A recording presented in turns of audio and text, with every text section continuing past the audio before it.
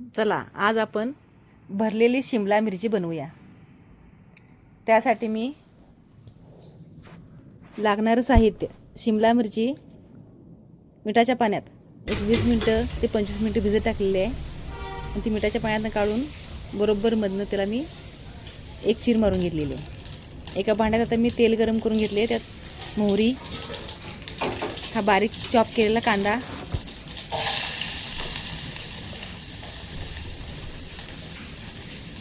मोहरी चांगली तडतडू द्यायची, मग कांदा घालायचा,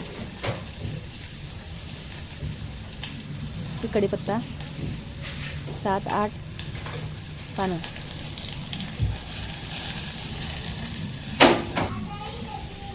हा हिंग तेलातच,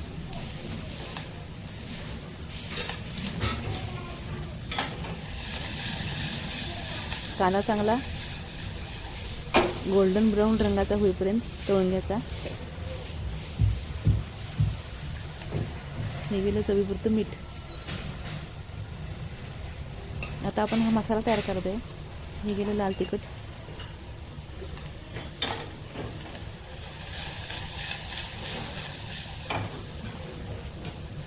लाल तिखट पण तेलात टाकले आपण।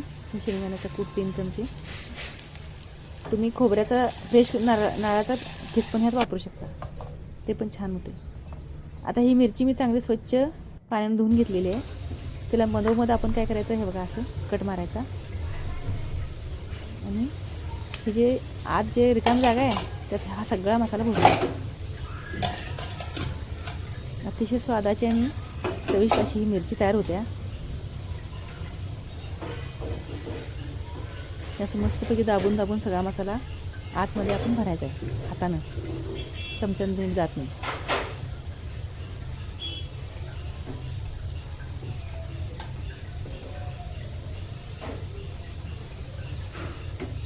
तर जर असं जास्त तेल ह्याला लागते, पण ह्याची चव अतिशय उत्तम अशी तयार होत्या बरं। त्याची पातळ भाजी पण छान होत्या, रसभाजी। त्यासाठी जरा कवळी कवळी मिरची लागत्या, ढबू मिरची एवढा आहे। असं सगळे कोपर आपण भरून घ्यायचे ते मिरचीचे, आत दाबून दाबून मसाला भरायचा आणि दुसरी मिरची भरूया आपण।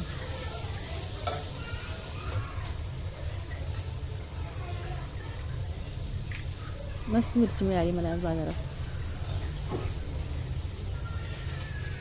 आतले सगळे कोपरे आपण भरून घेऊ मस्त दाबून हाताने।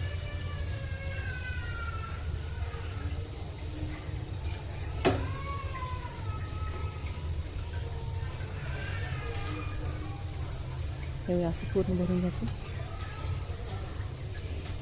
सगळं मसाला।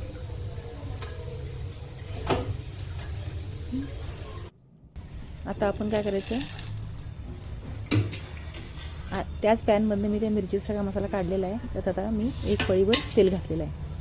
ह्या पळीत आता काय करायचं, ह्या तेलात पळी ते 1.5 पळी तेलात ही मिरची चांगली मस्तपैकी फ्राय करून घ्यायची।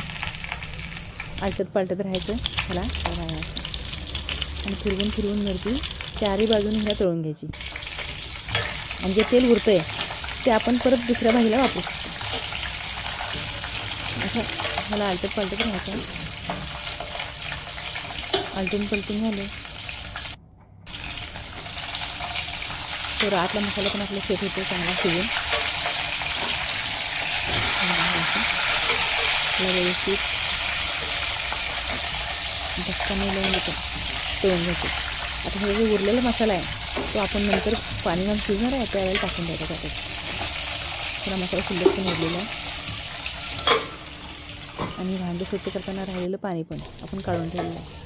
आता ह्या मिरचीचा कलर बघा तुम्ही, तळून आपली तयार झालेली आहे मिरची।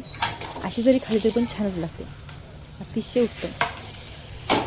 भाकरीसोबत, चपातीसोबत, भातासोबत तुम्ही खाऊ शकता।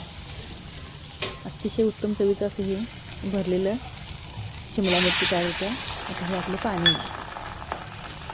जे मसाल्याचं आपण तयार केलं होतं त्याचं पाणी हे शिल्लक राहिलेलं, एवढ्या पाण्यात ही भाजी आपली शिजून तयार होते। आता हे वरून गेलं मीठ, हे गेली कोथिंबीर, बस एखादा मिनिट लागते। पाणी आटलं की भाजी तयार। हे बघा शिजलं आपली. तर आता ही अशी मिरची माझी तुम्हाला जर आवडली असेल तर ही जास्तीत जास्त लोकांपर्यंत शेअर करा. माझ्या चॅनलला सबस्क्राईब करा आणि लाईक करा. धन्यवाद.